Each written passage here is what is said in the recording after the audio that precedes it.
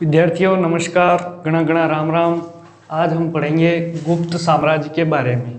गुप्त साम्राज्य में देखो अपने को 7 शासक पढ़ने। गुप्त साम्राज्य का समय है 275 ईस्वी से 550 ईस्वी। इससे पहले हमने मौर्य वंश पढ़ा था, उसमें ईस्वी पूर्व की बात की गई थी, इसमें ईस्वी सन की बात की गई है। तो देखो गुप्त साम्राज्य, पहले मानचित्र बना लेते हैं।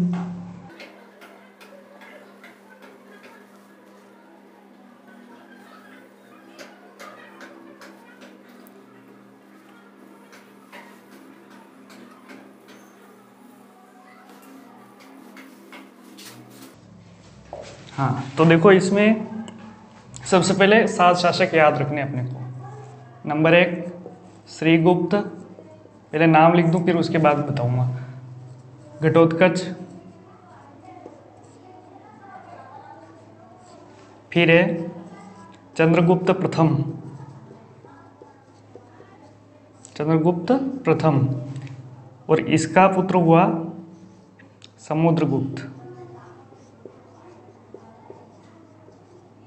समुद्रगुप्त, और समुद्रगुप्त के वापस हुआ चंद्रगुप्त द्वितीय, और इसके बाद में हुआ कुमारगुप्त महेंद्रादित्य। कुमारगुप्त महेंद्रादित्य, और इसके बाद में हुआ स्कंदगुप्त। स्कंदगुप्त। देखो अब देखना है अपने को, ये 7 ही शासक याद करने हैं क्योंकि हमारे सिलेबस में 7 ही है। श्रीगुप्त जो है वो मौर्य वंश का संस्थापक कहा जाता है। इसने मौर्य वंश की स्थापना की, कहाँ की इसके बारे में नहीं लिखा है, तो अपने को याद रखना गुप्त वंश का संस्थापक श्रीगुप्त था। देखो 275 ईस्वी लिखा है, किसी किसी किताब में 250 भी लिखा मिलता है, क्योंकि भारत में कुषाणों का शासन था इस तरफ।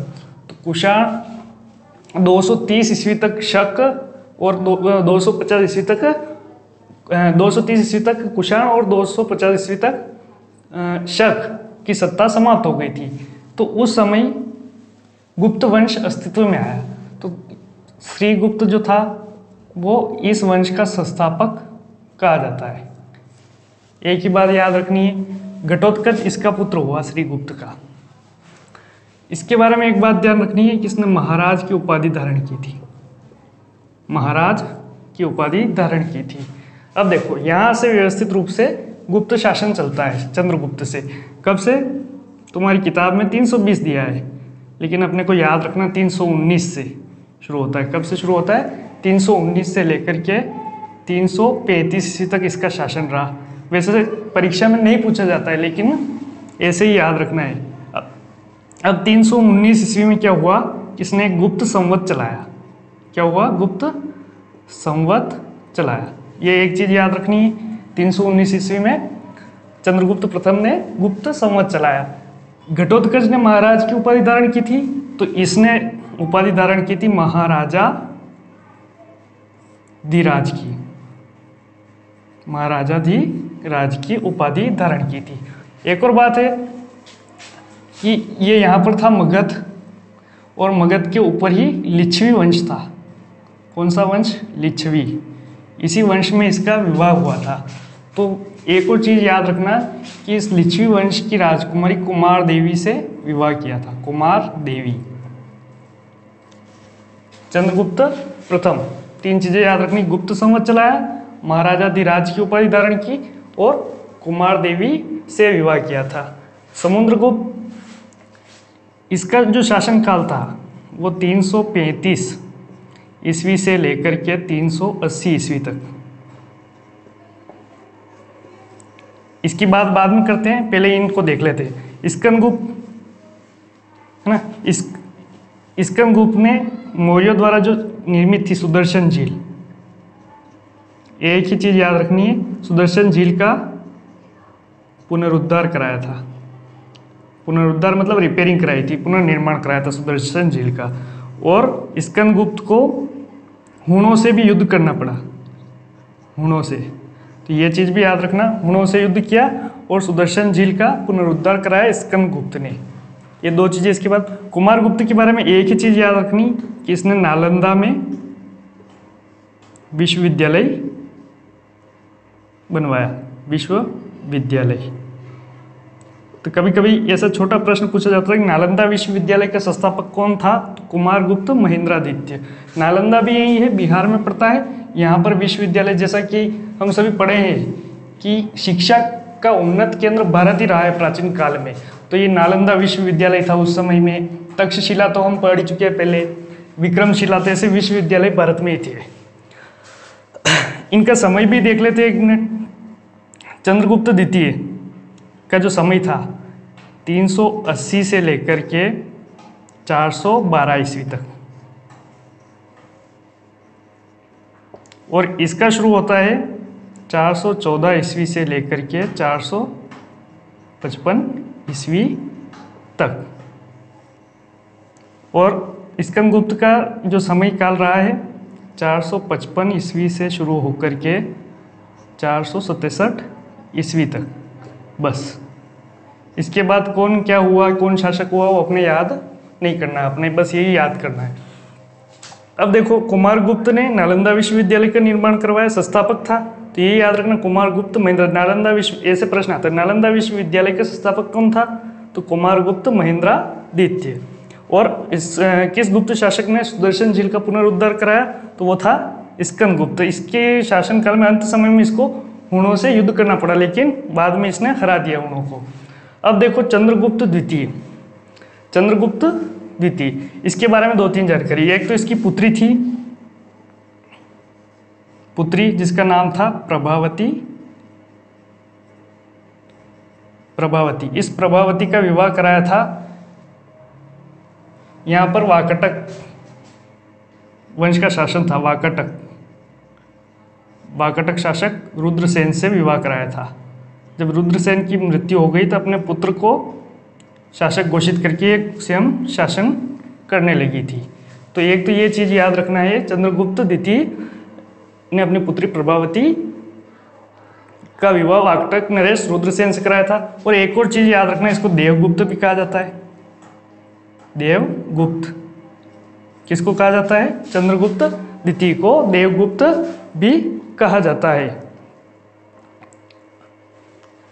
एक और चीज कि यहाँ पर उज्जैन में इसने अपनी दूसरी राजधानी बनाई थी। उज्जैन को दूसरी राजधानी बनाई थी और यहाँ पर शकों पर विजय प्राप्त कर ली। तो इसने एक उपाधि धारण की थी, विक्रमादित्य। कौन सी? विक्रमादित्य। तो ये 3-4 चीजें याद रखना है इसके बारे में कि विक्रमादित्य की उपाधि किसने धारण की थी? चंद्रगुप्त द्वितीय। और इसने अपनी पुत्री प्रभावती का विवाह वाकटक नरेश रुद्रसेन से कराया था। इसको देवराज या देवगुप्त भी कहा गया है। तो ये तो चीजें थी। अब जो अंतिम बचा समुद्रगुप्त, यहीं से प्रश्न बनते हैं हमारे।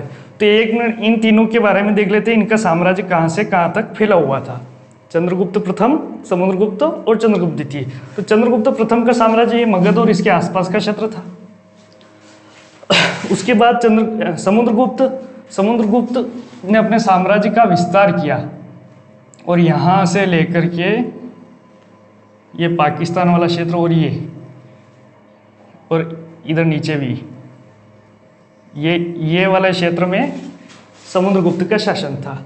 और चंद्रगुप्त द्वितीय ये तो छोड़ गया था समुद्रगुप्त, लेकिन चंद्रगुप्त द्वितीय ने इधर वाले क्षेत्र को भी जीतकर अपने साम्राज्य में मिला लिया। तो ये तीनों का साम्राज्य था। कुमारगुप्त महेंद्र, इसके बारे में बताया गया किताब में कि बंगाल से लेकर के सौराष्ट्र तक इसका साम्राज्य फैला हुआ था, यानी इसके समय में कुछ ज़्यादा परिवर्तन नहीं हुआ। अब देखते हैं हम समुद्रगुप्त के बारे में। तो सबसे ज़्यादा जानकारी समुद्रगुप्त के बारे में ही अपने को पढ़नी है।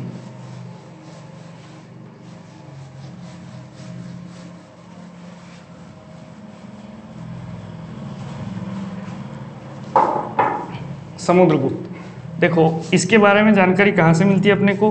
तो इसके दरबार में एक दरबारी कवि था जिसका नाम था हरिशेन। कौन था? हरिशेन। हरिशेन ने क्या किया? यहाँ इलाहाबाद में, उत्तर प्रदेश में, इलाहाबाद उत्तर प्रदेश में यहाँ पर एक प्रशस्ति लिखी जिसका नाम था इलाहाबाद प्रशस्ति।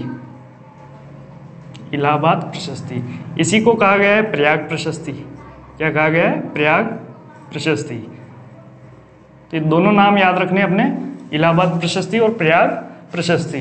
तो इसके दरबार में इसका दरबारी कवि था हरिसेन, जिसने इलाहाबाद प्रशस्ति की रचना की। और ये प्रशस्ति उसी स्तंभ लेख पर लिखी गई है, स्तंभ लेख पर लिखी गई है जिस पर अशोक का लेख है। तो ये चीज़ भी याद रखना कि अशोक ने जिस स्तंभ पर लेख लिखवाया था उसी के ऊपर इलाहाबाद प्रशस्ति लिखी हुई है। समुद्रगुप्त साम्राज्यवाद में विश्वास रखता था। किसमें? साम्राज्यवाद में विश्वास रखता था। दिग्विजय,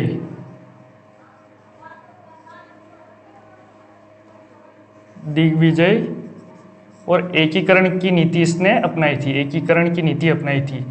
देखो हम यहाँ देखते तो चंद्रगुप्त के प्रथम के समय में इतना ही क्षेत्र था, लेकिन ये साम्राज्यवादी था, यानी कि अपने राज्य का विस्तार करना चाहता था, साम्राज्यवाद में विश्वास रखता था। तो इसने व्यापक विजय अभियान किए, सैन्य अभियान किए और बहुत बड़े क्षेत्र को जीतकर अपने साम्राज्य में मिला लिया समुद्रगुप्त ने। तो ये चीज, साम्राज्यवाद और एकीकरण में विश्वास रखता था। वो कभी युद्ध में नहीं हारा, ये पता चलता है इस इलाहाबाद प्रशस्ति में। तो हरिसेन ने बताया कि कभी युद्ध में नहीं हारा, कभी युद्ध में नहीं हारा, समुद्रगुप्त कभी युद्ध में नहीं हारा, तो ऐसा बताया हरिसेन ने। अब इस इलाहाबाद प्रशस्ति में देखो नाम प्रशस्ति है, प्रशस्ति यानी कि प्रशंसा में लिखा गया, तो प्रशंसा समुद्रगुप्त की प्रशंसा में लिखा गया लेख है, इसलिए इसने समुद्रगुप्त की प्रशंसा की है हरिसेन ने। तो उसने बताया है कि कभी भी युद्ध में नहीं हारा। इसके अलावा इसने, हरिसेन ने बताया कि समुद्रगुप्त का जो साम्राज्य है वो कहाँ फैला था। तो देखो सबसे पहले शक और कुषाण राज्य इसमें सम्मिलित थे, इधर वाले शक और कुषाण राज्य, मैं यहाँ लिखता जाऊँ नाम, शक और कुषाण राज्य याद रखना है। पूर्वी हिमालय का क्षेत्र, पूर्वी हिमालय का क्षेत्र यह समुद्रगुप्त के अधिकार में था। गंगा यमुना दोआब का क्षेत्र, दोआब ध्यान रखना, दोआब, दोआब का मतलब होता है दो नदियों के बीच की भूमि, दो नदियों के बीच की भूमि को दोआब कहते हैं। तो गंगा और यमुना के बीच की जो जगह है उसको कहा गया है गंगा यमुना, गंगा यमुना दोआब क्षेत्र, दोआब का क्षेत्र। और ये यहाँ बीचों बीच, भारत के बीचों बीच विंध्याचल पर्वत है। तो विंध्याचल पर्वत के पूर्वी तरफ का, पूर्वी विंध्याचल, पूर्वी विंध्याचल व आटविक राज्य, आटविक राज्य, इधर वाला इसको कहते हैं दक्षिण भारत और दक्कन कहते हैं। क्या कहते हैं? दक्षिण भारत और दक्कन। तो दक्कन यहाँ पर ये दक्कन पूरा नहीं है, ये पूर्व की तरफ की है, तो पूर्वी दक्कन या पूर्वी दक्षिण भारत के राज्य, तो ये चीज है। इसका हरिसेन ने इलाहाबाद प्रशस्ति में बताया है कि शक और कुषाण राज्य, पूर्वी हिमालय का क्षेत्र, गंगा यमुना दोआब का क्षेत्र, पूर्वी विंध्याचल व आटविक राज्य, पूर्वी दक्कन या पूर्वी दक्षिण भारत के राज्य। तो इसको 5 भागों में इस तरह से बांट दिया है। अब देखते हैं कि समुद्रगुप्त ने अश्वमेध यज्ञ कराया था। क्या कराया था? अश्वमेध यज्ञ। तो इसका पता कहाँ से चलता है? तो इसके सिक्कों पर लिखा है अश्वमेध पराक्रम, अश्वमेध पराक्रम। कहाँ लिखा है? समुद्रगुप्त ने जो सिक्के चलाए थे उन सिक्कों के ऊपर नीचे लिखा है अश्वमेध पराक्रम, जिससे पता चलता है कि समुद्रगुप्त ने अश्वमेध यज्ञ कराया था। इसके बारे में और चीज़ है, ये संगीत में रुचि रखता था, संगीत में रुचि। एक ये भी विद्वान था संगीत में। इसका पता कैसे चलता है? वीणा बजाते हुए की आकृति सिक्कों पर उत्कीर्णित है। यानी इसका वीणा बजाते हुए आकृति सिक्कों पर दिखाई गई है, इसलिए हम कह सकते हैं कि समुद्रगुप्त संगीत में रुचि रखता था। तो ये चीजें थी समुद्रगुप्त के बारे में। इस तरह से हमारा गुप्त साम्राज्य, श्रीगुप्त, रिपीट कर दो एक बार।